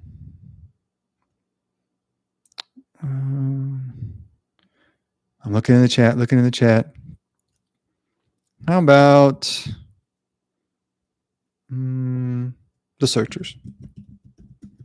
If you tossed a movie in there and I didn't see it, sorry, but these are the ones you can vote on. All right, those are our 4 choices. We got Dances with Wolves, Hostiles, The Searchers, or Other. And if you have the Other selected, let me know what movie you want to see. I know it's Outlaw Josie Wales. I'm gonna have different polls all the time, so okay, if you just select Other. Unforgiven. I know. I was thinking on the fly. Unforgiven needs to be in there. Space Cowboy says, "Question: Is your YouTube channel your full-time gig? Like it's paying you?" Yeah, this is what I do. This is my full-time job. Because that's freaking awesome. Yeah, it's great, man. This is my full-time gig. This is what I do.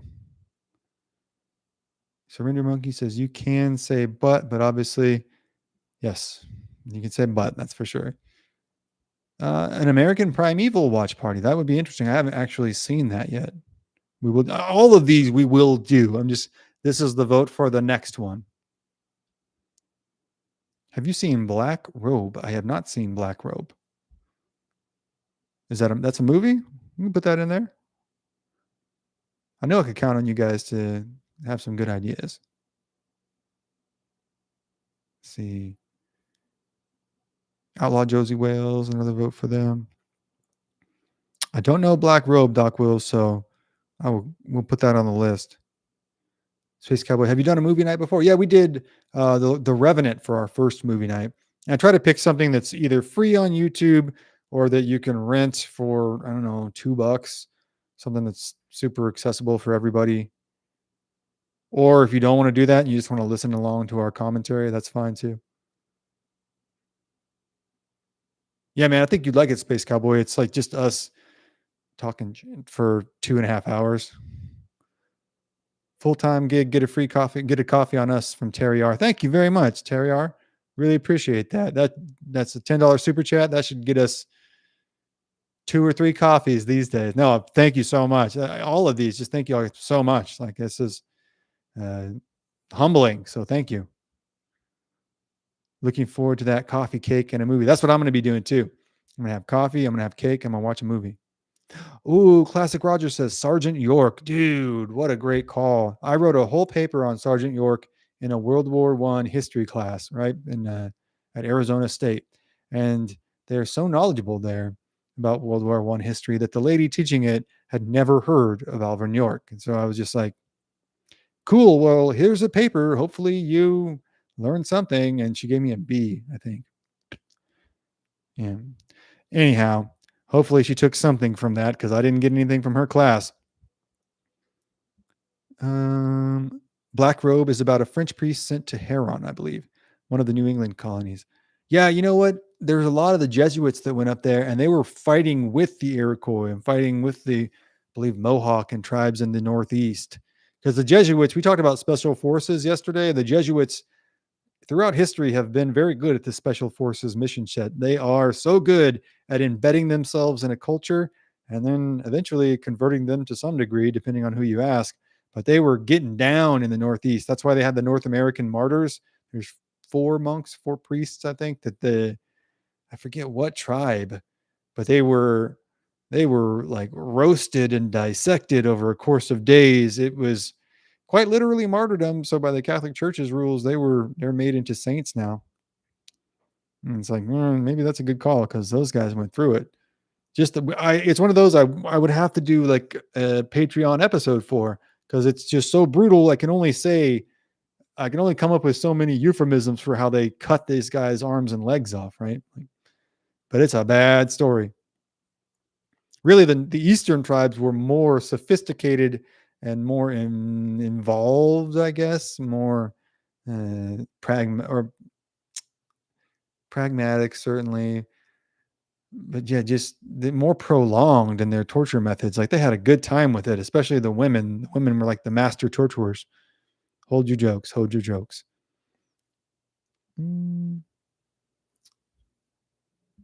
Douglas Jones, good to have you tonight. We'll see you next time, and we'll be back here lunchtime tomorrow and tomorrow night too. So come on back. I'm off work till mid-December. Let's party. Let's do it, man. Bring your cake and your coffee. We'll do a movie night. Probably sometime this weekend. We'll fit that in. What's the vote at here? I forgot to check. The vote is at the searchers. Very cool, guys. I'm cool with that. Only got 14 votes, though, but that gives us a snapshot. I think that's the best Western of all time. Surpassed YouTube, let's say. Surprised that YouTube lets you say euphemism. I am too. But let's not knock YouTube too much, guys. We don't want to upset our benevolent overlords. They are the reason we can do this stream. So thank you, YouTube. Thank you. Thank you. Glory is an excellent Civil War film. It is, man. That's one of the first real history movies I watched. So we'll put that on the list. Absolutely. All right. I'm going to swipe through the chat. That's the word I was looking for. One last time. We're at like an hour and a half already. So Kenneth Vick, 9447. Hello from Alpine, Arkansas. What's up, man? We had somebody from Arkansas in here yesterday. Beautiful country out there. Haven't spent a lot of time there, but I want to now. Lots of history, too. All right. I like Josie Wales. Okay, we'll put that on our next list. Because I know if you ask, like, if you start talking about Westerns, you're going to start upsetting people. We can talk about Benjamin Franklin having bones underneath his house and everyone's on board, but if we start talking about Westerns, it's going to cause some consternation in the chat. Let's see. All right, I'm going to roll through the chat one more time. See if anybody has anything else that I missed tonight that you want me to cover. Any requests for tomorrow's streams? Has anyone watched House of David on Amazon Prime? I have not. My wife and I are 5 episodes in. Makes me realize I don't know my Bible as well as I thought. Shame on me. Well, shame on us all, man. Don't worry about it. We just working on it a little bit by little bit, right? Like I don't know mine as well as I guess I should, but you know what I mean? All I can do is read it. We just do what you can, right? That's better than nothing. Let's see. Anyone watch Death by Lightning? I did not. It's making me think of a Metallica song, but there's Creeping Death and Ride the Lightning, not Death by Lightning. What is that? Pennsylvania Plowboy? Is that a documentary? Check out The Chosen. Yeah, I've heard good things about The Chosen. That show is awesome. Hatfields and McCoys was pretty cool. I only kind of watched bits of that, but it was pretty good. I was surprised by how much I liked it. Because like the History Channel, like, bros, you guys have just let us down for so long. How many like Les Pauls am I going to see Rick from Pawn Stars appraise? Did anybody see the video of like the oh god, stupid euphemisms. The sped up individual, a rackhead, let's say, a rackhead who comes into a pawn shop and he's got like a brick of concrete and he makes the guy at the pawn shop scan it and he's like, there's gold in there. There's gold in there. And the guy's just like, this is a brick. I don't know what you want me to do. There's no gold in here. He's like, you're lying. He's like, I'm not, I promise. And the guy leaves. He's all mad. Quality. It was very like early 90s cops vibes. It was good to see that we've still got an entertainment like that out there. What's that new Kevin Costner show? Yellowstone? Hatfields and McCoys. Have we got that in there? I haven't watched Yellowstone at all. I should, I guess. Kind of puts me out of the loop with everybody else. Comic Dog says, I'm reading a comic book called High Strangeness. Really trippy book about supernatural happenings based off true stories. That's the, isn't that the Art Bell line? He would say high strangeness a lot. Shadow Riders. Sounds familiar, but I don't know if I know Shadow Riders. A really underrated one, I think, is the Sackets. I mean, it's a series, but it's a Louis L'Amour series, but it's full of superstars. Sam Elliott, Tom Selleck, several other guys. James Garfield is what it's about. James Garfield, wasn't he? He was super fat, right? Am I wrong on that? It's a shame that's how you're remembered, but what are you going to do? Let's see. Any other movies you want me to tag on there? Or anything? I kind of have tomorrow's at least lunchtime stream open. I kind of plan these a couple days beforehand. So if you want me to talk about something lunchtime tomorrow, throw it at me. I don't have any ideas yet. Hated Mondays, loved Italian food. I get what you're saying there. I was just going to ask that. Like, is that who the cat Garfield is based off of? I guess as a history guy, I should know, but I don't. It's not. Oh, okay. The new Kevin Costner is called Horizon: An American Saga. Okay, I'll have to check that out too. I don't know that one, but usually, like, we'll eventually get to the Dances with Wolves one, to the Dances with Wolves movie. But he did a pretty good job with that. Open Range is a great movie. Usually, you can count on Costner to deliver for you. He's going to do a pretty good job with the Old West genre. Waterworld sucked, but usually he does a good job. 10 Cup, I don't know, not good. Donner's Pass. Is there a movie on Donner's Pass? There's Ravenous, that kind of like dark comedy that's basically about the Donner Party. Anything on the Donner Party is just tough because it just sucks so much. You're just like, when is this going to stop sucking? And the answer is pretty much never. The Postman was sick. Actually, yeah, okay. I haven't seen that in a long time, but I know Tom Petty was in it. If you build it, they will come. It kind of applied in Waterworld too, except nobody went to go see that movie. But in general, Costner does a pretty good job. It's Costner heavy in the movie suggestions. Maybe even like a watch along to, maybe like during Christmas time, during the Battle of Trent, we can do like a Washington watch along, because that was a great movie for A&E with Jeff Daniels. He did a great job with that. I think you may take a drive out to Donner Pass tomorrow. Oh, I may. Yeah, Space Cowboy says you may take a drive out to Donner Pass tomorrow. Yeah, report on it, man. I've been out there. I didn't grow up too far from it, and it's always been a creepy place to me, because when you're there, it's really easy to envision how they got trapped and how terrifying it would be to be trapped there. Supposedly, there was a guy from Selma, California, which is around Fresno, that got lost, I think last month, and he was out hunting for deer and then got lost and had to stay in his truck. But there's a lot of things that don't line up with that. A lot of people think that he was out with another lady, but that's 3 weeks is a long time to do that. But they found the guy, and he's been missing for 3 weeks, and he still like looks exactly the same as when he got lost. I don't know. 10 Cup best Costner movie. Is it really? I only saw it when I was little, and I was like, I don't know, this isn't my thing. Maybe I need to go watch it. I've never met anyone so squeamish about 30 children's bodies under a house. Sheesh. I know it's a bit of a hang up of mine. Like some people are agoraphobic, where like they don't want to go outside, and claustrophobic. I'm like that about children bones. Like they just, it's weird. I get it. I'm not proud of it. But favorite Christmas movie? Me? Oh, man, everyone wants me to say Die Hard, but I'd probably say Home Alone. The movie's kind of a bummer. You keep seeing the homeless guy. It's like, bro, we're having a good time. Just quit. Just, you know what I mean? Stop. I get it. He has a message for him or something, but it's like the best way to convey a message is to just tell somebody and not shovel snow. Oddly. Okay, it is Die Hard then. I'll go Die Hard. Don Johnson stars in The Shadow Riders. Oh, cool. He pretty much ran the 80s, didn't he? I want to try to get to Genoa, New York, burial place of Snowshoe Thompson. Man, that's an interesting itinerary. You always got some good spots picked out, Space Cowboy.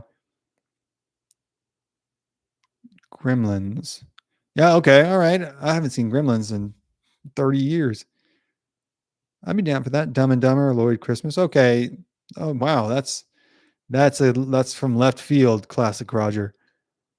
Batman Returns is the best Christmas movie. Is it a Christmas movie? I haven't seen it in so long. Yeah, is that the one with Prince in the soundtrack? Is that Batman Returns? They're within driving distance of me. Are they really? Oh, Genoa, Nevada. Oh, I thought you were saying Genoa, Nevada, Genoa, New York. You're saying Genoa, Nevada. Okay, that's not too far from you. I got you. Thought it was Tom Selleck. as the lead in Shadow Riders. Tom Selleck, you mean? You guys have to fight that out. I don't know. I've never even heard of Shadow Riders. It's an 80s movie, I'm guessing. Dude, Tombstone, says Kenneth Thick. Yes, Tombstone, a mandatory. Trying to think of other ones. Obviously, The Unforgiven. We had that earlier. Who else do we have in there? I think 310 to Yuma is a great one. 1941 qualifies as a Christmas movie. All right, don't get me in trouble. I don't know where we're going with that. Rudolph the Red-Nosed Reindeer and You're Thinking Seal on Batman. Rudolph the Red-Nosed Reindeer is actually, that's a pretty good movie. Stop animation and all that. That's pretty impressive. I was always impressed with that. Space Cowboy says 1941 is a great World War II film. Okay. It's a Christmas movie? Gremlins is a Christmas movie. Is it? Okay. You guys are hitting me from all over the place. I don't like A Christmas Story because I feel like, I don't know. You know what I mean? It's a subversive movie designed to promote the disarmament of a citizenry. Pet Detective says are you talking about The Sackets is a Louis L'Amour book?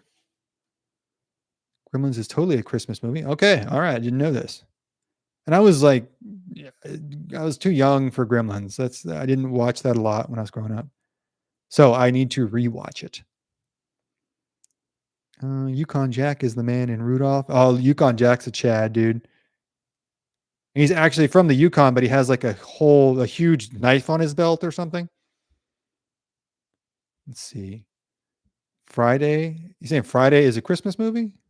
They have a Christmas movie for the Friday franchise?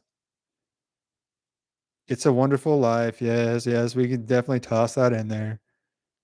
I'm not being dismissive. I'm just saying, like, I don't know, man. That movie kind of bums me out too. Black and white movies kind of bum me out. I don't know. Maybe it's just a hang up. Not black and white Westerns. But the notion of like, I don't know, black and white Santa Claus, it just, I don't know. I feel like he's working for the deep state. I'm just going to throw it out there. I feel like he's a deep state character at that point. Maybe because I'm conflating that with the Zapruder film. I don't know. Nartak says, he just says pistols. I don't know. Are you saying Yukon Jack has pistols? Jake Nickel, you became a level 2 supporter. Thank you so much, man. Really appreciate that. Yeah, like I said, if you guys want the early memberships, exclusive live streams, all that good stuff, we're setting that up for our YouTube members as well. And it's like, I don't know, $2 a month, but it's we want to make everything where you guys can get it really easy because we love you guys being here. Let's see. Serenity Monkey, you just wrote something and deleted it. That's not the British way. Elite Super Grunt says Friday After Next happens. Oh, you're talking about Friday After Next. Okay. I know that movie. The new one. Oh, dude, have you seen the new Mel Gibson Christmas movie? Not Fat Man. I watched some of that. It was pretty cool. Like I need to sit down. I have bad ADD. Fat Man was cool, but there's another Christmas one coming out, right? Where he's just going full Mel. Somebody messes with his daughter or something. And then it's just a gore fest from there on out. So I'm about that. I'm cool with that. Let's see. Vintage Texas Depot says it's called Friday After Next. It's the third out of the franchise. Okay. Because those just ruled the box office when I was growing up. Let's see. Tombstone was a good movie. We covered that. If you have a Western that you want to get it in now, and I'll put it on the list.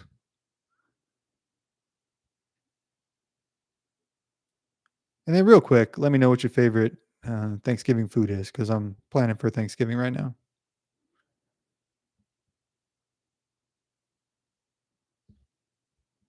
So yeah, also we'll kind of go over what we have coming up. So we've got the Marines compilation.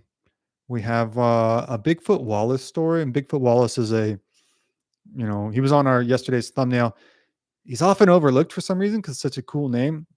I think he might be related to William Wallace of the movie fame, of Scottish history fame. But he's a big, imposing guy named Bigfoot because he had big, huge feet.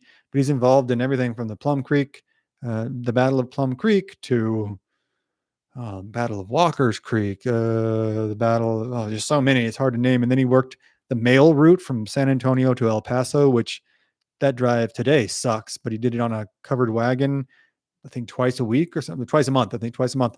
And there's lots of Comanche attacks on that one. And this is going to be one of those where they were in a bad spot. They're caught in the open near the Devil's River in West Texas.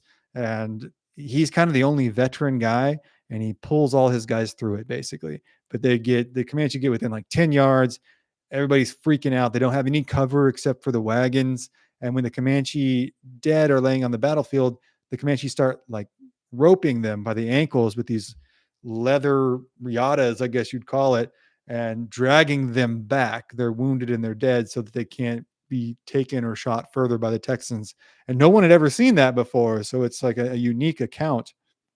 I don't know if it was just the Comanche of that, not with their wounded and they're dead like that. Like they'd seen them like drag off settlers and unalive them that way, but not retrieve the wounded and dead. That was unique, and Bigfoot Wallace remarks on that. So it's a really good story. We've got that coming up. We've got my AC just came on. I'm trying to think. A bunch of stuff. It's just not coming to mind right now. More stuff on the Cheyenne, more stuff on the Comanche, obviously. Some stuff from back east we want to get into.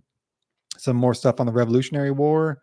And I want to try something like the Chosin Reservoir. So I think that's a great story and something that our audience would really like. So a little change of pace there, and some stuff on the samurai coming as well.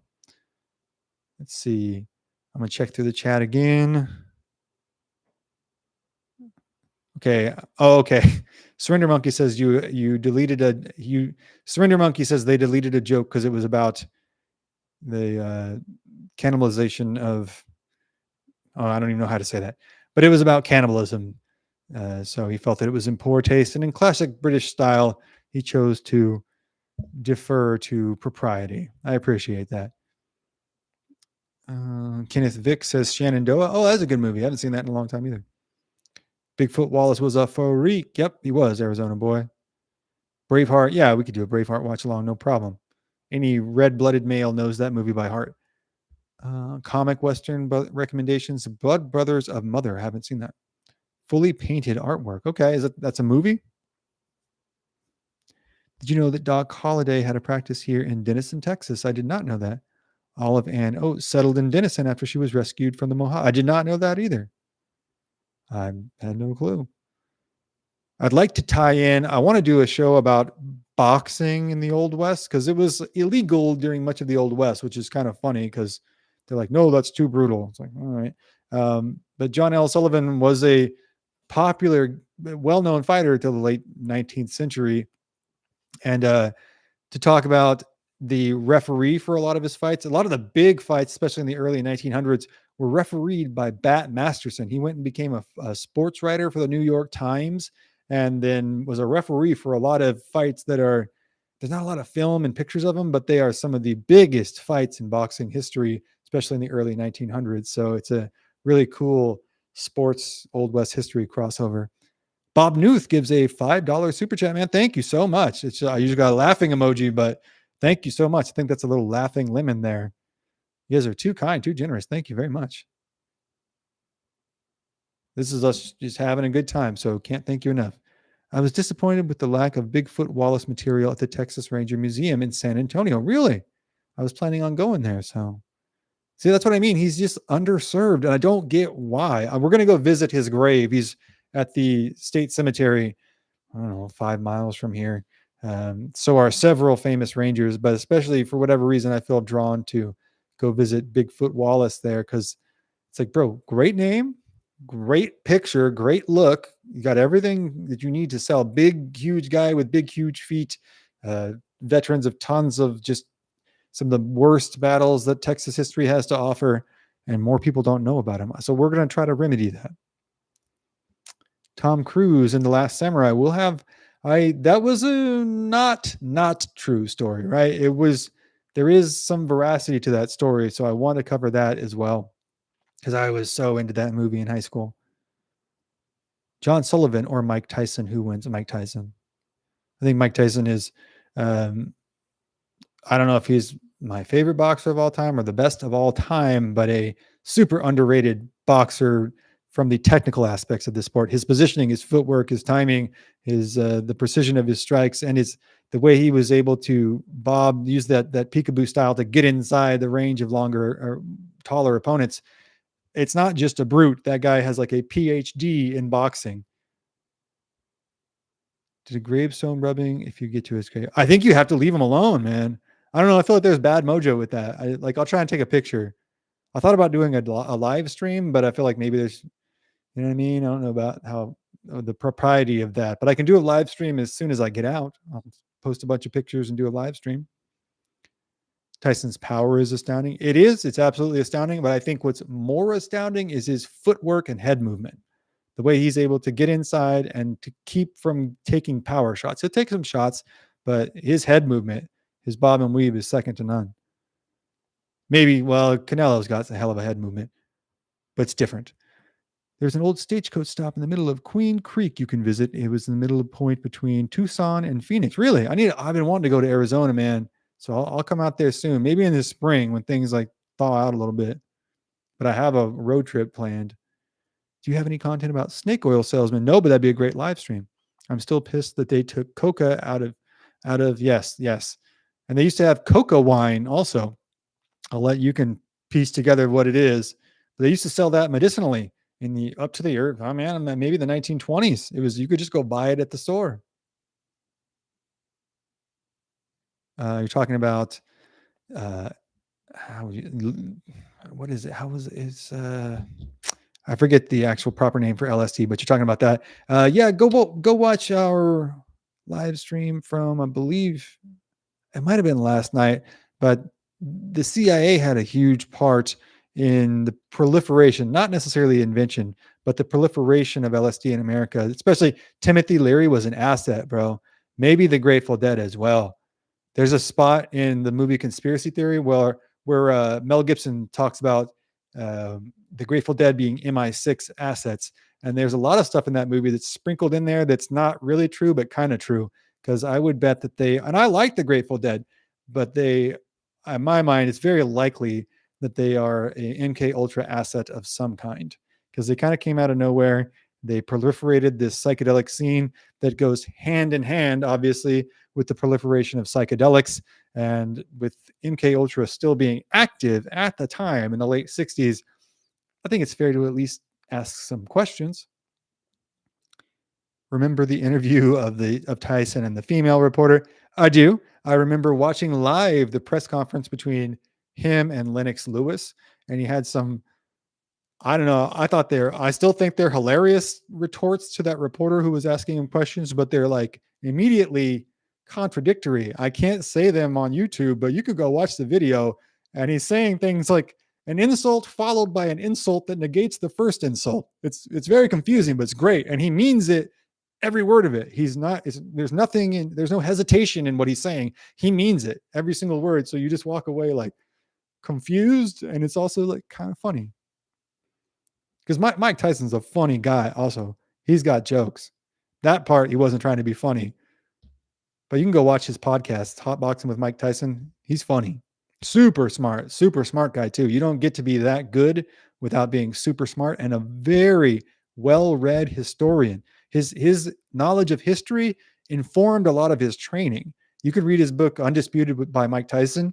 He talks about how in the mid-90s, he started walking like 30 miles a day, like all day long, and then going to boxing because he had read several books on Alexander the Great, and his men used to march somewhere between that distance in a day. And he thought, well, those are the best warriors in the world at that time. If that's what they're doing, then that's what I'm going to do. And that'll get me in as good a shape as them. It's like it informed his training. He was a super huge fan of all the old fighters, encyclopedic in his knowledge of them. He can still do it today. He can tell you why Willie Pep was so good, or he can break down Jack Dempsey's role. He can break down Jack Johnson. He can break down, like and he can do it without the film in front of him. It's just so impressive. Let's see. Doc Will. Okay. After my little spurg out there, we'll go back to the chat. Do you have any content about snake oil salesmen? No, we're going to put some up though. Cause man, you'd be almost just better off to just like, listen, Try to fix yourself. Don't go see a doctor. Maybe it's the same today. I don't know. I'm not saying it's not the same today. It's not the same today, but it was definitely the case back in the day where it's like, well, maybe you should just see how it goes before we talk to the doctor. Because half the time they were doing stuff that's like, I don't know about that. I was here last night and loved. Surrender Monkey says, "Oh, you loved acid. You guys are so lucky you can go out and find." I don't know how common you think that is in America, but it's not. It's not that easily accessible, I would imagine. Let's see. I'll only laugh when I see Mike Tyson laugh. Yeah, right. I'm just gonna be like nodding my head until he does laugh, and then it's like ha ha ha ha ha. He's a great interview too, though. Like people say, "Oh, he's so uncouth," and it's like, yeah, maybe so, but he's selling a fight. You gotta sell a fight. Mike Tyson Mysteries. Yeah, he has his own Adult Swim cartoon mystery series that he voiced, right? He's a funny dude until it's time to not be funny. Let's see. I'm going to scroll back through here. Man, there was a lot that's popped up. Doc Wills, you're talking about your abuela, but I don't see the first comment. Mel Gibson wasn't Lethal Weapon a Christmas movie, was it? I might go Lethal Weapon then. I like Lethal Weapon more than Die Hard. I like Die Hard. I'm just saying, I like his character in that movie. Hits close to home. And I think in the original screenplay, he turned out that way because he had been part of Project Phoenix, which was a MK Ultra offshoot, which was designed to identify, recruit, and then train assassins without them really knowing it. So kind of a Jason Bourne situation where you could click them on and off and make them go do crazy things, crazy unalivings. Okay, I got that. Elite Superground, also a fan of Mike Tyson Mysteries. It's kind of like if you haven't seen it, it's like Mike Tyson does Scooby Doo, kind of. Is that right, guys? Sounds like a adequate explanation. If you haven't seen it, if you haven't seen a single Mike Tyson fight, I would say go watch his 1986, I believe, fight against Michael Spinks. That's a good introduction because you just go like, what did I just see? And then also Joe Frazier's son. That was a good fight. I forget Joe Frazier's son's first name. That was a good fight as well, though. And then later on, Francois Botha, he lost the fights against Lennox Lewis and lost the fight against Holyfield. And yes, he bit him, but those are good fights. Those are good examples of like how he lost because he wasn't invincible. But one of my favorite fighters for sure. Mike Tyson highlight reels are peak entertainment. Yeah, and I think that lends to this misconception that he was just a big brute. And it's like, no. Look at how he's getting in range. Look at his head movement. Look at his defense. His gloves are never down unless he was against a guy who was bigger, stronger, and could which was like how many people? Very few. But he would kind of struggle with that. That was the only people that really gave him a bad time. Unless I'm wrong. Anybody in the chat? That seems about like Buster Douglas, Lennox Lewis. Holyfield wasn't as big as him, but he gave him trouble. I'm trying to think of others, but really you couldn't beat Lennox Lewis. Yeah, well, and Lennox Lewis may have had more trouble with a 1980s Mike Tyson. And Tyson also lost several years to a prison sentence, which in his book, okay, I'm not taking a stance here, but in his book, he lays out a compelling case to why he may have indeed not been guilty of the charges that he was convicted of. Was Holyfield taller? All right. Yeah, man. I don't know why. In my mental, it's been a while since I watched that fight. And in my mind, they were like the same height, but no, you're right. So he was a tough sell for Tyson because anybody who had that much of a reach advantage, they seemed like they could frustrate him. It's not a universal case, but yeah, not as tall. I know he's not as tall as Lennox Lewis, right? Lennox Lewis is like wildly tall with insane wingspan. So, but yeah, I like boxing a lot. I like MMA a lot. So it'd be fun to tie that into Old West history because it's funny that it was illegal and boxing was super popular still, but seen as illegal. And really, it wasn't until they instituted the Marquis of Queensberry rules that there was any kind of streamlining to it. It didn't make it any more genteel, but there was like accepted universal of sorts rules. Because up until then, there were these fights would go like 75, 100 rounds. They'd be held on some boat barge in the middle of the New York harbor or like in the Mississippi River in the middle of the river because they could kind of skirt the legality of it that way. Like they used to do with gambling and houses of ill repute and all that. Like they'd situate their establishment somewhere where the legality of it was in the gray zone. So at least they couldn't get prosecuted. That's how a lot of it worked. Let's see, did you like Gangs of New York? I did, man. I really liked Gangs of New York. I think they did a great job of. A lot of people have problems with a lot of these movies because they say that's not how it really happened. It's like, yeah, but did it give you a snapshot of something that your imagination can work with when you go read the book on it, or dive deeper in yourself? I think they did a great job of showing what life was like then. Let's see. Have you heard of Bart Jitsu? I have not. Is that a Simpsons joke? Wow, great mind, Space Cowboy. What did Space Cowboy say? If I'm honest, any movie is an Xmas movie. Surrender Monkey says, if I'm honest, any movie is a Christmas movie. Have you seen I Love You, Philip Morris, a true story about real American greatness? It's funny and insane. I haven't seen all of it. I've seen pieces of it. It's where is he a lawyer for the cigarette companies? It's playing on Pluto TV. What are we saying here? Oh, Gangs of New York is on Pluto TV all month. Been trying to rewatch it, but the commercials break up the flow. Oh yeah, that'd be tough. That'd be a tough movie to watch with the commercials. I'll be honest with you. Cameron Diaz is a redhead. Like that's my bag, dog. That probably sold the movie for it just from the get-go. I remember when Muhammad Ali and George Foreman fought. Did you watch the Rumble in the Jungle live? That was a crazy cultural event. And I think that may have been the most damaging fight in Ali's career. There was obviously the two Joe Frazier. I know I just said his name. Joe Frazier fights.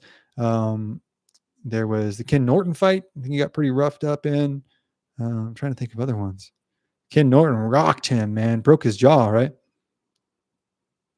Michael Moore. Yeah, that's an underrated guy from the 90s, right? I have a magazine with Michael Moore in it talking about his training. Let's see. Barjitsu was a Victorian martial art. I didn't know that. Really, Jiu-Jitsu came from the samurai, and then in the late 1800s, Jigoro Kano kind of formalized it and took out the fatal stuff, and that became judo. It was supposed to be the gentle way because that meant like, well, in this form of jiu-jitsu, we don't kill you. So it's like, it's pretty gentle, but actually it's super violent too. So, but really, yeah, a lot of the formal, well-known martial arts today seem to have, yes, they have their genesis many centuries ago, but they kind of codified in the mid 1800s to early 1900s. Boxing was very popular in pulp magazines in the 1930s, and they were all on boats and harbors. Yeah, you can listen or you can read. What's Jack Dempsey's book? Ring of Fire or something. Jack Dempsey has a great audio book. He didn't write it. It's a biography on Jack Dempsey. But he was a hobo essentially in the early 1900s. They would catch freight trains from like one bar to the other or a riverboat or something, and they would fight with just little tiny gloves and questionable referees and no like rules that they might have a 3-minute round, but one county might do 10 3-minute rounds and the other county might do 8. It was just very different no matter where you went. Tyson got revenge on Holmes for beating up Ali. Yeah, he did. But I mean, Larry Holmes is super underrated, man. Maybe the best jab in boxing. The what's the what assassin? How am I forgetting the town in Pennsylvania? Somebody tell me. Larry Holmes is the what assassin? I can't believe I'm forgetting this. Aston? Something like that. He's not from Butler, is he? Yeah, Tyson, yeah, he got Holmes pretty good, but I think when people just see that fight, they really underestimate Larry Holmes because he was champion for years. And like a big guy, super talented, super skilled, doesn't have the most exciting fight style, but like if you can't see the artistry in a good jab, then you don't understand boxing anyways. Space Cowboy says Rex Kwon Do. So Rex Kwon Do is where it all peaked. All the martial arts came together. Oh, dude, thank you. The Easton Assassin. I thought of it before I started talking about Larry Holmes, and then when I was going to say the Easton Assassin, it just skipped my brain. Easton, like the old skateboard magazine. Man, I wasn't a skateboarder because I grew up out in the country. I swear, guys, I'm going to fix that, but I refuse to apologize for a Casio. Okay. Yeah, I had lots of friends that were skateboarders and their magazines were always around. So I know the magazine you're talking about, but I grew up out in the country where there was just like a little patch of concrete. So skateboarding was tough. What's your honest opinion about Steven Seagal, seeing as we are talking fighting talk? Hey, man, Jesse Incamp, has a karate channel. He's super high level black belt in, I forget what kind of karate, and just a really intelligent, really engaging and edifying guy who has this. I believe it's called Jesse Incamp, something like that. He went to spend several days with Steven Seagal. So Steven Seagal seems to know his stuff. He's not pulling it all out of his butt. Like, he really does know Aikido. He knows the history. He knows the moves. He seems like he can at least teach them, but like, whether he can do everything he says he can do, or whether his methods are totally applicable in at least modern day MMA, I don't know. And they'll say like, "Oh, we can't use my actual moves because you're not allowed to break someone's spinal column in the UFC." It's like, fair enough, please don't do that. But then it's also hard to test the efficacy of your system. But Aikido, I think, is underrated. It's a good martial art, and I think its roots were far more violent than we give them credit for. Let's see. What's your honest opinion? Okay, I got that. Surrender Monkey look up Tom Segura during a bit about Steven Seagal. Look up Tom Segura during the Garth Brooks investigation too. Tom really kind of sparked that, and now it's part of like common conversation. Like, what is up with Garth Brooks? Like, why are there all these unalivings that he looks like a crazy person? He looks like a crazy person. He's always saying crazy stuff, and you think he's not.